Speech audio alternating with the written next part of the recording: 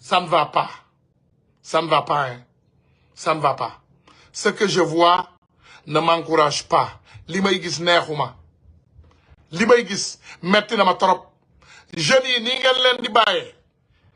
Ni ngeen di bàyyee jeunes yi. Ils vont devenir des mendiants. Ils se sont battus pour libérer un pays pour devenir des mendiants. Ni ngeen leen di abandonné. C'est pas un problème d'Ousmane Sonko. Bu fi kenn yeew ne Ousmane Tounkara dal na ci kaw Ousmane Sonko. Non, non. Ousmane Sonko a fait ce qu'il fallait faire. Il vous a choisi. Ses proches. Il vous a choisi. Bon naa leen wax de ma wax man naa leen wax de yéen am ngeen ay employé ndeysaan ba am ay employé yoo xam ne ay galu homme d'affaires yi gën a mag ci Sénégal sax ñu ngi liggéey ci seen biir bureau yi te yéen xamu leen ci dara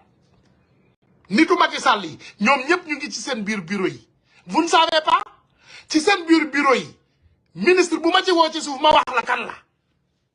ku ma ci woo assemblée nationale ma wax la kan la sa bureau seen bureau yi yéen a ngi ak ay secrétaire wala yenn nit yoo xam ne ñu ngi doxaanante ak ay milliardaire Macky Sall lépp loo leen yendoo ñu jël ko dem fanaanoo ko foofu wax leen ko et il se prépare ngeen toog di bàyyi ñuy sacrifier ces jeunes là écoutez ce jeune là bii génn mu ne yàq nañu àddinaam mënatul am doom il ne peut plus avoir de bébé ay DAGE yoo xam ne ci seen ministère yi ils ont détourné des millions il y a toujours les DAGE de Macky Sall dans vos bureaux en train de gérer gendarmerie ay nitu Macky Sall la nga fa ba léegi wax naa leen ko nee naa leen keroog bi Ousmane Sonko di takkal benn nit bi insigne tuuti ma wëccu parmi les mauvaises personnes qui étaient en train de vous sacrifier ñoom ñëpp tey ngeen dooleel leen tuutal suñu xale yi di leen jaay doole Ousmane fi mu nekk li may wax neexuma man ce que je dis comme ça ne me plaît pas moi mais papa sax ci sama kër sax man nii lay doxalee su ma waree am réunion damay woo ñëpp ci biir kër gi ma taaj leen ma wax leen sama fukki dëgg ak ñaar ndegem sama kër laa ko def su waxatuma la ak Sénégal ana ban njariñ ngeen amal kenn lu dul xuutare sol seeni xaftaan ak guuxi lex kenn ku ne jël na ci 10 kilos bi mu ñëwee léegi vous avez pris poids hein kenn ku ne jël na 10 kilos bi mu ñëwee léegi dem leen taxaw leen ci kaw balance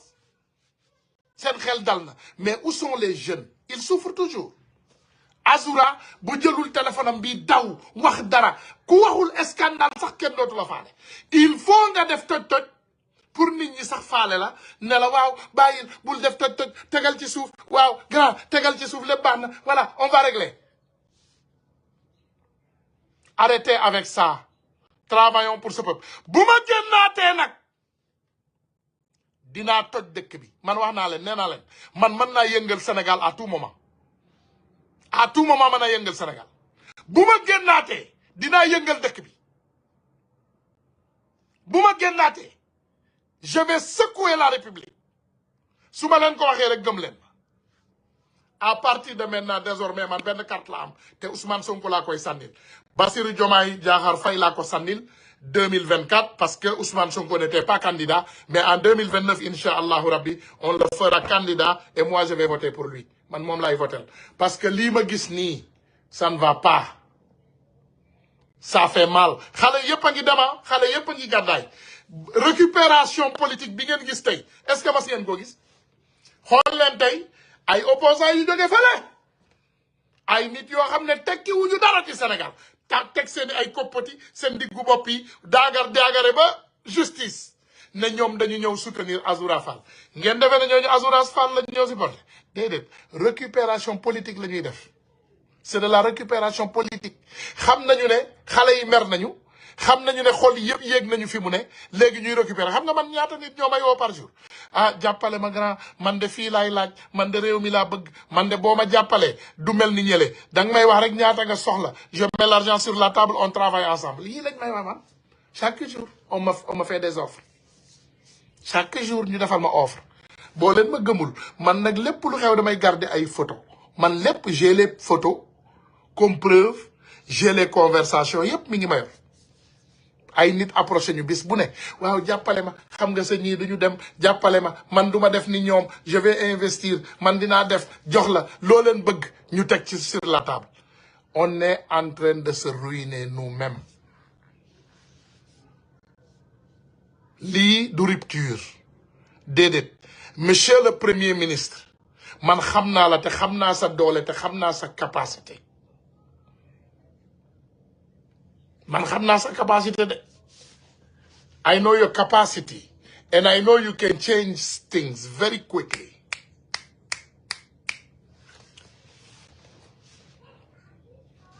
Man xam naa loolu man xam naa ne loo bëgg a changer 10 minutes nga changer ko il faut le changer defal remaniement ñi nga war a dàq bari nañu ne tombez pas dans leur piège bukki yaa ngi xaar Pastef jaxasoo ah sëñ bi bukki jarul ñuy xaar man waxuma la mbiru Pastef moi je te parle seulement des patriotes moi xam nga man bu ma nit ñi bàyyee xel je ne parlerai pas au nom de Pastef parce que je ne suis pas un membre de Pastef et awma benn autorité bu ma war a wax ci turu Pastef benn autorisation mais je parlerai au nom du Sénégal parce que j'ai combattu et j'ai sacrifié ma vie pour libérer mon peuple Sénégal moom ku bëggul ma wax ci toxul Guinée-Bissau wala nga toxu Mali wala nga toxu Burkina Faso wala nga toxu fu la neex je parlerai du Sénégal ndax xam nga lan la bi Sénégal soxlaa dama xar sama tànku tubéy nanguwuma kenn ëppale ma ci nanguwuma kenn jiitu ma ci xeex bi j'ai mis ma vie en danger et la vie de ma famille en danger man yemuma ci ay wax comme niñ koy waxee génn naa duma nañ ma gaañ nañ ma xas nañ ma saaga nañ ma ndey chaque jour ñu saaga ma ndey yàq nañu samay investissement saboté nañu yàq nañu sama der puub nañu sama kaw bopp puub nañu sama buntu kër lépp def nañ ko ils ont même essayé d'assassiner mes propres enfants donc man dinaa wax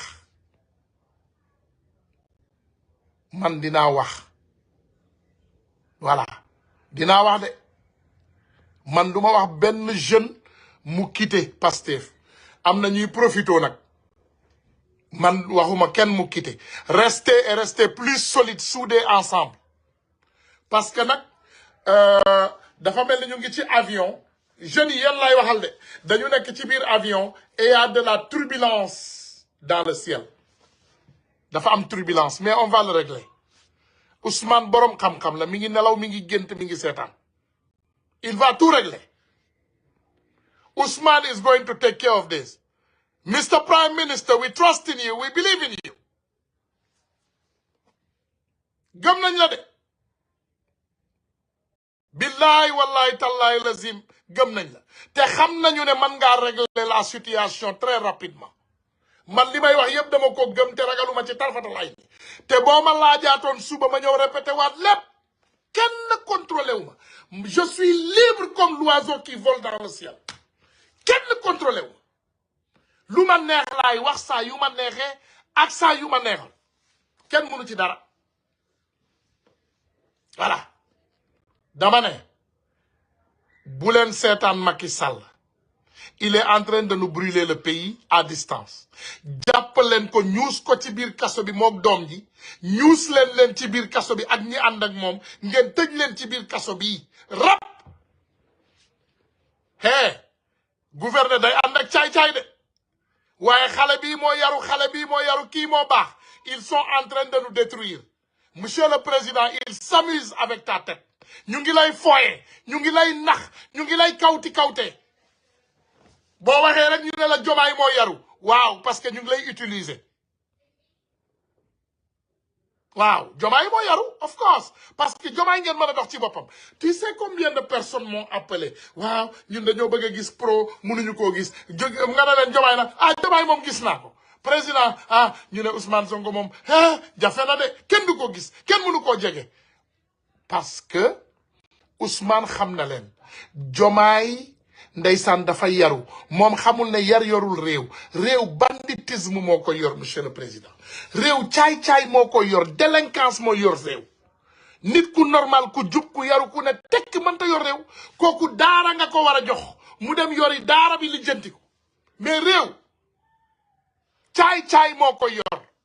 il faut être un voyou un mécréant ku dëgër xol nga jàpp leen di leen ñuul si biir kaso bi di leen tëj sànni caabi ji tëj sànni caabi tëj sànni caabi nga ne pat bàyyi leen ci biir ay rupture yéen a toog fii di wax ay rupture Sénégal am na rupture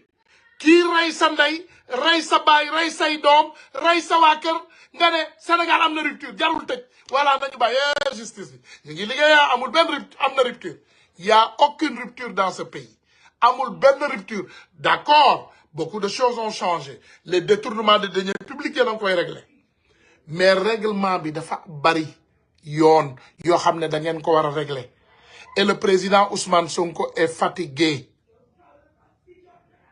le président Ousmane Sonko est fatigué ngeen jàpp xale yi di leen tëj di leen jaay doole Ousmane Sonko nee na leen saa bu toogee li ko gën a naqari ci àddinaam mooy li ñu def doomu jàmbur yi te man xam naa ko je le connais personnellement man xam naa ne Ousmane dara neexu ko ci li ngeen nekk di def nii dara neexu ko ci il souffre mais mënul wax ci lépp le président Ousmane Sonko ne peut pas parler de tout il ne peut pas parler dans tout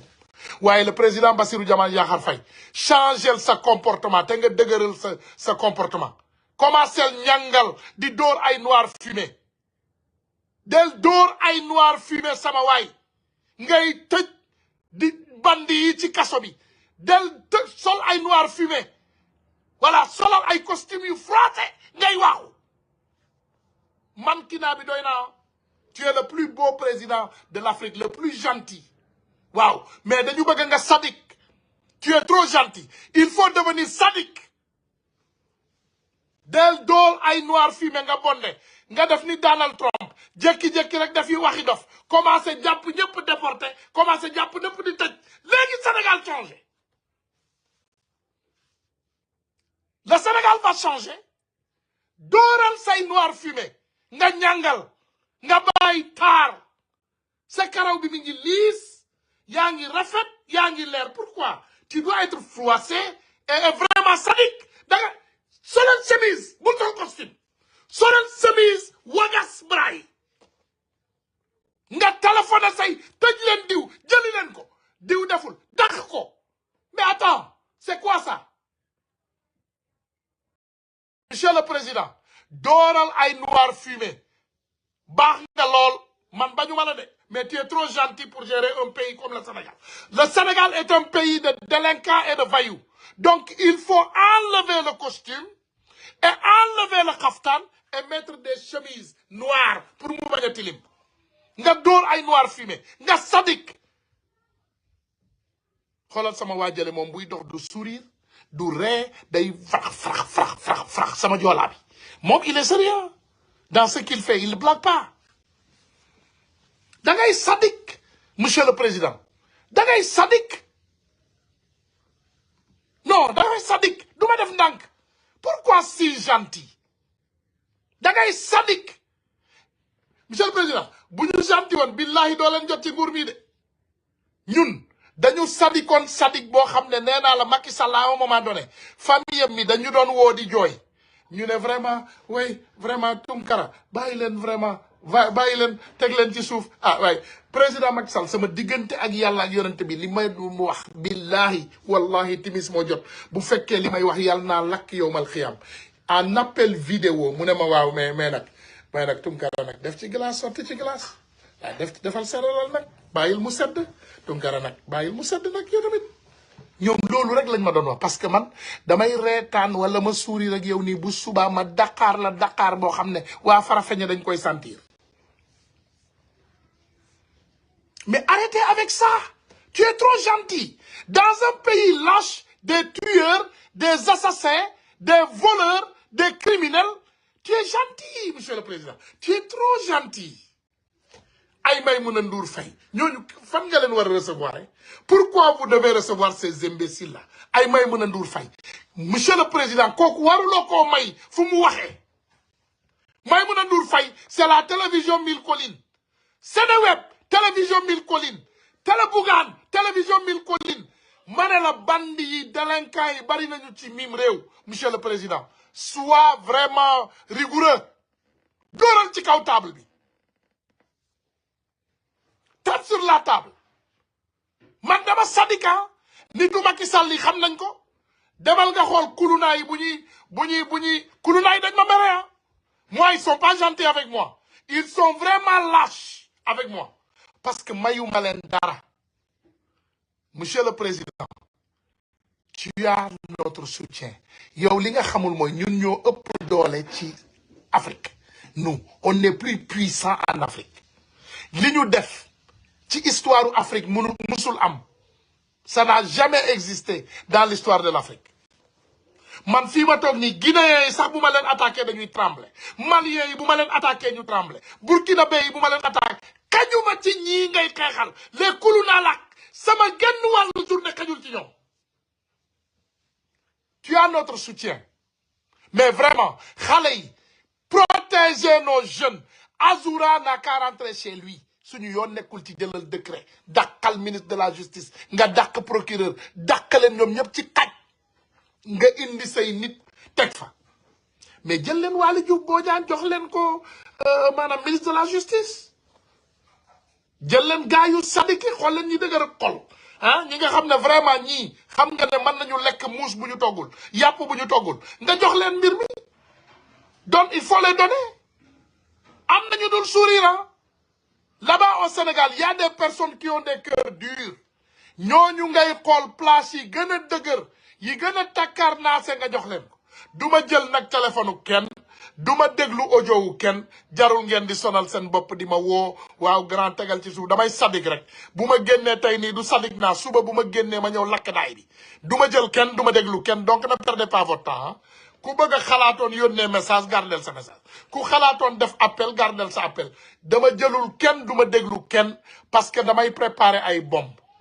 te su ma préparer guerre du ma wax ak kenn donc jarul sonal seen bopp vraiment du ma wax ak kenn du ma wax ak kenn du ma déglu kenn booy yi ngeen bëgg a jàpp la guerre à la guerre na neex na saf nañu dem on n'a qu'à faire la guerre à la guerre du ma jël kenn du ma déglu kenn du ma lire message yu kenn du ma tontu kenn waaw Mimi Touré jox leen Mimi Touré justice bi donnez la justice à Mimi Touré donnez-la la justice ñun ñëpp mën nañ ko saraw taamini Sénégal soxla na la nañ la dénk justice bi dénkuñu la ko nag pour nga jubal jubanti dañ la dénk pour nga jàppal ñu bandi yëpp mettre en prison après nga delloo ñu ko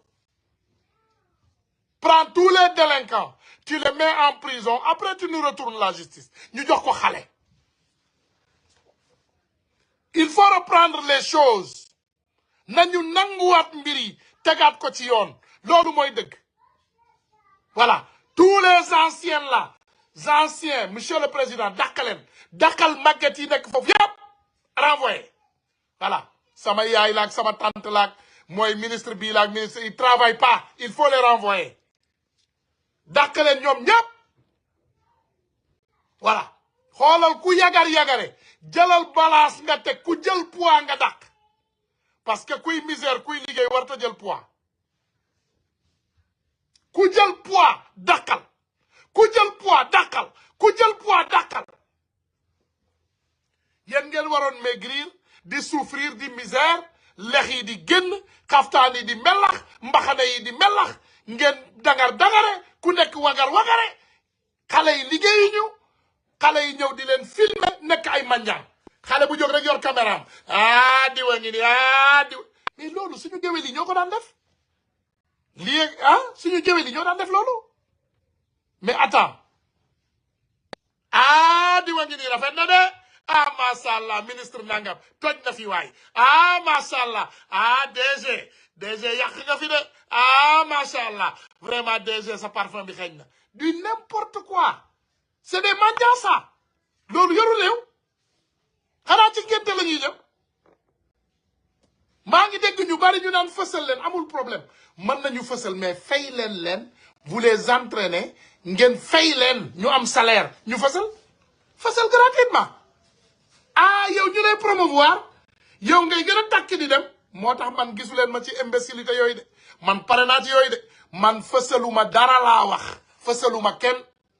fulla ak fayda laa wax ku liggéey ñu wax ku liggéeyul ñu wax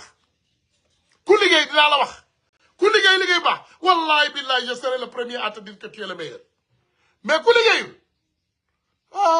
man attaqué nañ ma ba ma sonn lu ne wax nañ ma ko lu ne dégg naa ko dara safatuma xam nga man li ma gënal man tant que man sama njaboot a ngi ci jàmm maa ngi ci jàmm maa ngi dund sama njaboot a ngi dund ça va li ci des yëpp sant yàlla rek mais dimbali leen ñu sonn nañu la police sénégalaise délinquants yi bari nañ fa mais monsieur du ñoom nee nañu dañuy jubal procureur looy xaar xale bii génn fan yi yëpp di jooy ci Sénégal wax na la ñan ñoo ko def liñ ko def loo leen di xaar pour autosaisiru jàpp ñooñu defkatu ñaawteef yi nga xam ne ñoom ñoo jàppoon suñu xale yi di leen torturer xale yi xam leen di tudd seen tur les grands voleurs délinquants de la République loo leen di xaar vous attendez quoi le nettoyage est à 2%. 98% moo la dese monsieur le président tu as presque fait 2 ans tu as fait 2% de nettoyage donc les 98% là ça va prendre 25 ans pour le faire duñ ko nangu de 2% mu nettoyage moo am 2% du nettoyage sax gendarme wala police 2% moo am 2%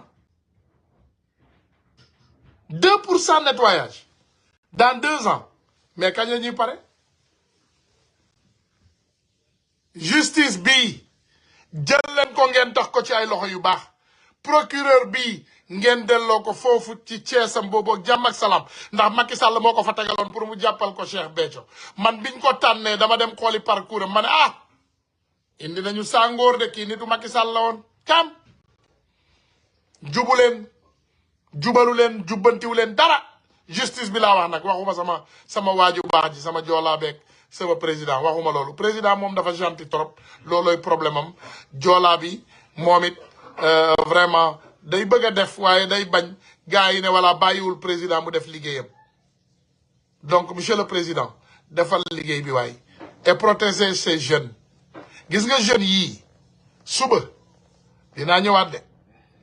jeunes yi di ngeen leen bàyyi tranquille de vous allez libérer ces jeunes là et les laisser tranquilles vous avez fait assez de mal torturer ngeen leen assez toroxal ngeen leen assez rey ngeen jeunes yi bàyyi leen may leen jàmm soo leen mënul jox liggéey foutez-leur la paix may leen jàmm ils sont tous traumatisés jeunes yi yëpp dañu war a gis ay psychologue tous ces jeunes là sont devenus vraiment avec des problèmes des séquelles du ma jël kenn waxaat naa ko pour mu leer du ma déglu message yu kenn waxaat naa ko pour mu leer